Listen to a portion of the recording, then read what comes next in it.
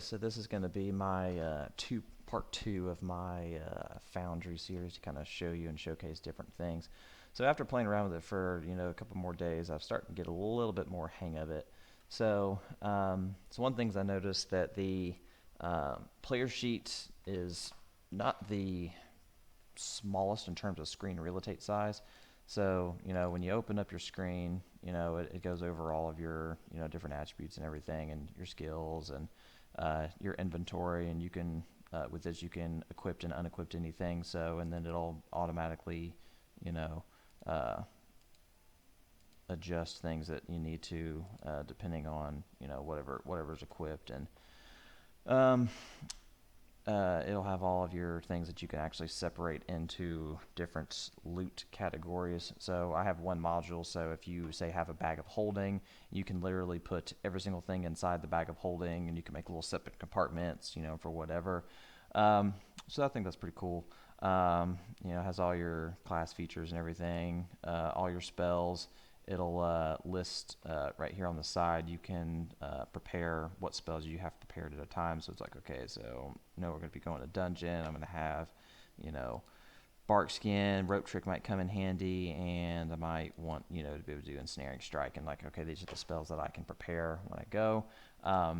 You might have certain effects that are active, at all times. So like this is her fighting style, which for her fighting styles, the blade dance, which is this, or battle dance, which adds one to her AC and one to her bonus attack rolls. But we'll look at that when she starts getting into combat. So I automated a few things to make combat be a little smoother. So when you're on your character and you move up to an enemy, so you see this big old owlbear here. If you hold Alt and click on the enemy, it'll automatically target the enemy. So I have it a way, you can do a couple ways you can attack, to make it a little more convenient. So you can either create a macro on the bottom if you want, or you can actually, I have this hood right here at the top that will, when you click on your character, it'll actually pop this little menu. So it will have all your major things that you're going to do. So your inventory, it'll have all your weapons that you can use and have equipped. Your spells, it'll list anything that you can cast. It'll just kind of list your features if you need to kind of go back to reference something. If I ever ask you to do any kind of skill check or save, it'll have that. Also has additional skill, just straight check. So if I say like just make a strength check, and it'll ask, say, okay, do it roll with advantage normal or whatever, and then it'll roll it on the side. It'll also if I say, okay, short rest, long rest, if I give you inspiration for whatever reason.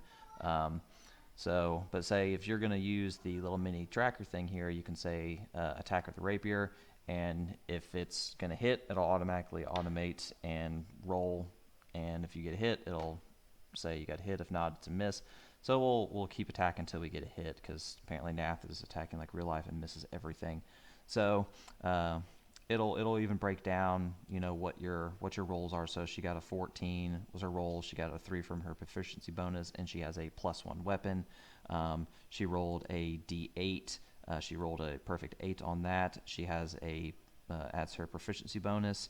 Has her +1 for her +1 weapon, and then her fighting style allows her an additional +1. And so this you won't see on your side, but for me it'll automatically apply the damage, so I don't have to do anything. And you also saw how the health decreased. If there's ever a situation, say, oh crap, I didn't mean to attack that enemy, I actually wanted to go attack that one, that's not a big deal. I can easily completely put all the health right back on the enemy if you attack it. So if you say, oh crap, I messed up, didn't mean to do that, I can easily click it with a simple button click. So it's pretty cool. Also, that's one thing that I added that's actually kind of unique, especially if you have the spell Dancing Lights, is, say, Nath right here, who does have it since she's a drow, and she can cast it as one of her few cantrips. I have this one feature that allows to toggle torches. So if you, say, have a torch, especially the people that don't have dark vision and rely on being able to, use a torch to see, especially if we can't lead you to it. If you click this, especially for a person with dancing lights, it will actually create 4 small light icons that can actually be dragged and actually act as little mini light sources, which I'll do this and I'll demonstrate with an enemy, or with a person who does not have dark vision, so you can actually kind of see how that works. So this person right here, this is a priest. She's a dragonborn. So as she moves down, she has her typical sight, which is only 5 feet around. So she won't be able to see that, but from a distance, she can actually see the dancing lights that are further ahead that Nath can actually send out to create a path for everybody, which is kind of cool. And so this little dragonborn right here is actually a cleric. So similar to Nath, once you have an enemy targeted, and say you have like a spell, so say it's like, oh, I really don't want this. I'm gonna cause a little damage to the owlbear here. We'll say owlbear's really hurting. He's not having a good day, and the cleric's like, I need to save him. So the cleric can go to her spells and cast Cure Wounds, and it'll ask, do you want to use an expended spell slot? It'll say how many spell slots you have remaining, and if it's checked, it will automatically reduce your spell slot off your sheet, so you don't have to worry about it. And so, and it'll do all the mobs and do all that. Also, the same thing with, say, like a spell, so like Sacred Flame, so it's an attack roll. So it'll roll what the damage would be, so it's going to roll a 5, but because since the bear saved, it's not going to do any damage, and even shows in here it doesn't apply the damage. And so if you're going to try it again, and so the bear failed with a 9, and it did 1 damage, and it'll automatically reduce the 1 damage. So that's a nice little fun feature. Also, that I found that works pretty good is, say you have Eris here who wants to cast Fireball. So Fireball, of course, being a huge area wave effect spell, can target a whole bunch of people at once. So for Eris, say if she wants to, say, cast Fireball, so I have just a macro set up here for it. You can literally just, when you click on your character sheet and say, if you say, okay, I want to do Fireball, you can literally drag it onto the page and it'll automatically add that macro. So if I either click it or just click or type number 5 on the keyboard, it'll ask me, well, since I don't actually have her set up 100% just yet, it says you don't have any spell slots, but I can just do it without one because for testing, and then it'll actually do this thing that's called place measure template. So it will automatically calculate whatever the spell's size is. So if it's a 30-foot cube or a 20-foot sphere, it'll automatically calculate that. So when you click cast, it will actually create a small template that will show the distance, and on the edge of it where it says 20 feet is actually your big circle. So we'll actually target everybody in this big circle right here and just do this huge big blast. So when I activate this, it will target every single person. It'll automatically roll their saves. So it'll say, this ghost saved, or three of the ghosts saved, one of them failed, and one of the owlbear failed, and it'll automatically roll the damage and apply it. So, but what about this guy right over here that was also in the bubble? And because you can clearly see when I click on the sphere here, he was in the bubble. So I wonder why he didn't get hit.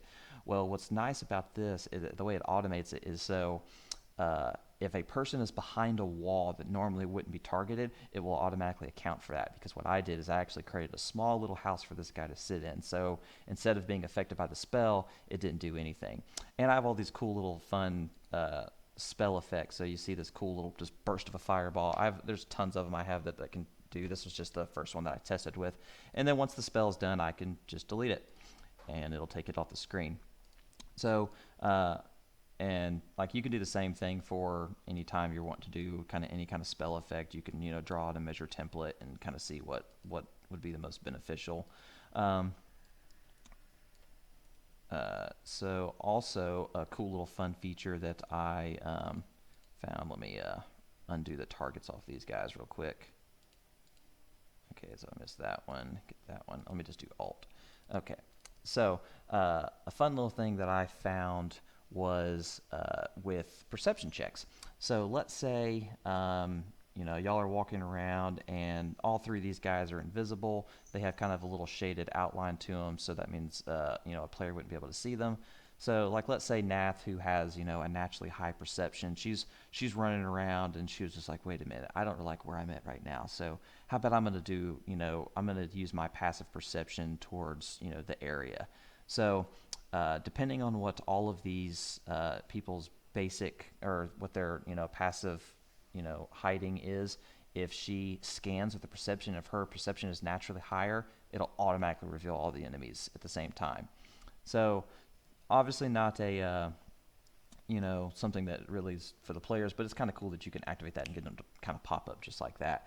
Same thing as, so if you say you're going to like roll for an actual perception, it'll ask for a roll, and then you can just say, skills, I'm going to make a perception check, and then it'll ask you rolling with advantage, normal, disadvantage. It'll say I will roll with advantage.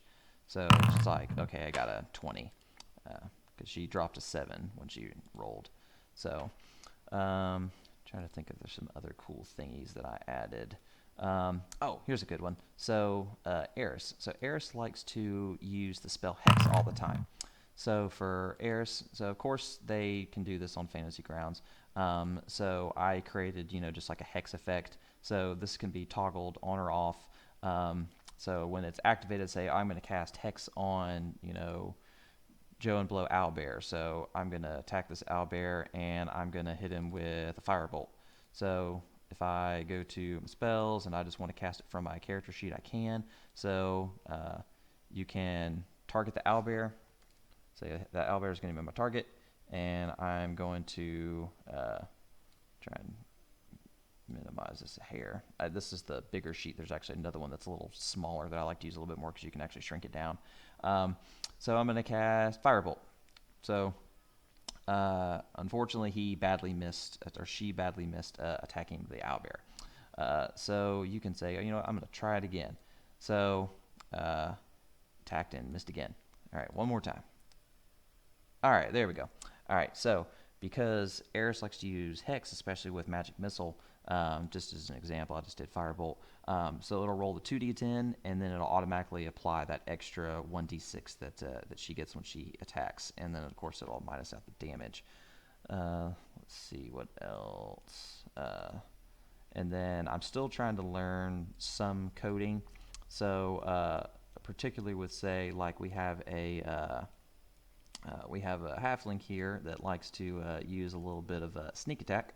So with some of the weapons, they are easier to code than others. So typically, like say if he likes to roll sneak attack a lot, and he typically always uses one particular sword, I can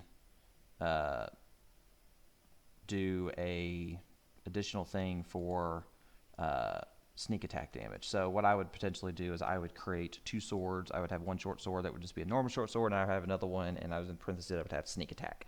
So that way, okay, if I have advantage and I'm next to Nath and we're both attacking this owlbear, he will attack, and if he, of course, badly missed, didn't do anything, but then he attacks again, and it'll automatically roll the additional damage that he would get for sneak attack. So he got his initial 1d6 plus the 3d6 he would get for sneak attack for being a rogue at an efficient level.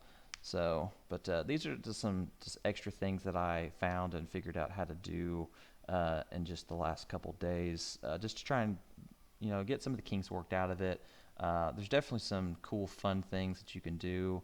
I've been kind of moving characters around from Fantasy Grounds to move them over here, and then working on trying to get certain things done. One other thing that I can show real quick, which I personally like, and it's something that I can let y'all do in the future, and I'll fill out because I really like the way it works, is say, did it in the Waterdeep. And so if I have this cool little module that creates journal entries. So the thing about the journal entries is when you have something that go to journals, and then I have what's called a quest log. So I have all these different things that I can create. So like let's say like this one. So this was at the very beginning.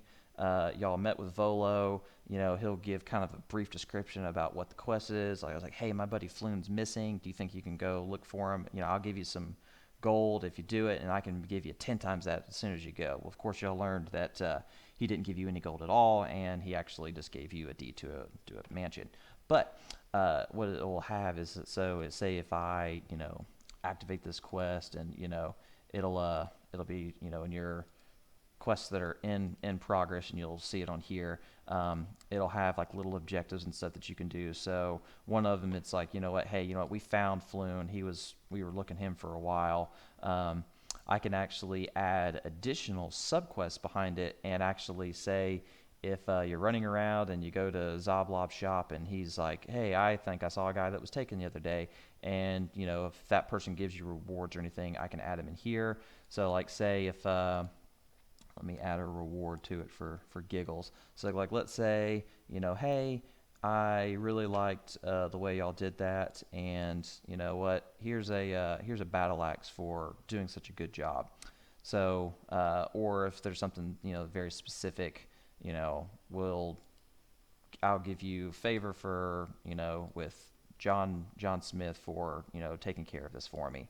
So Bjorn here would be like, hey, I could really use that battle axe. So you could go to the quest log and take said battle axe and go ahead and add it immediately to your inventory.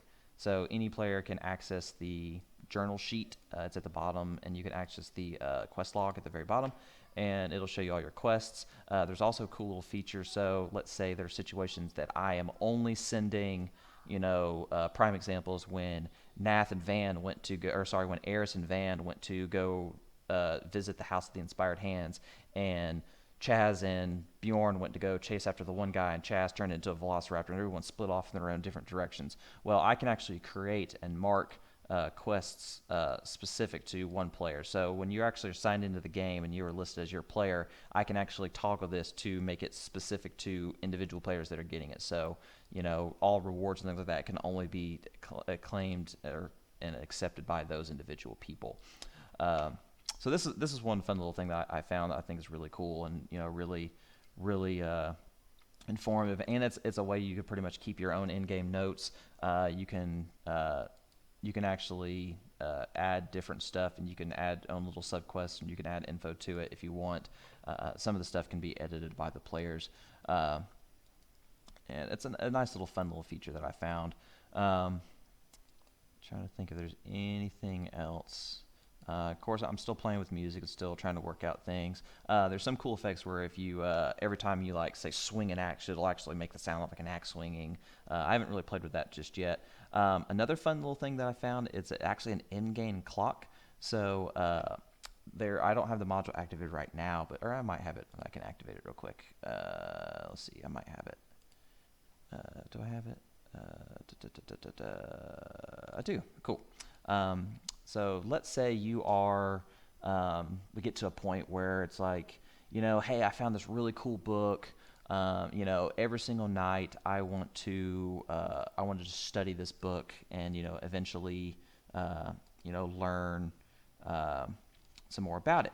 So what you can do is you can say, what, hey, I'm going to, say, or here we go. Bjorn will do say study, how to read.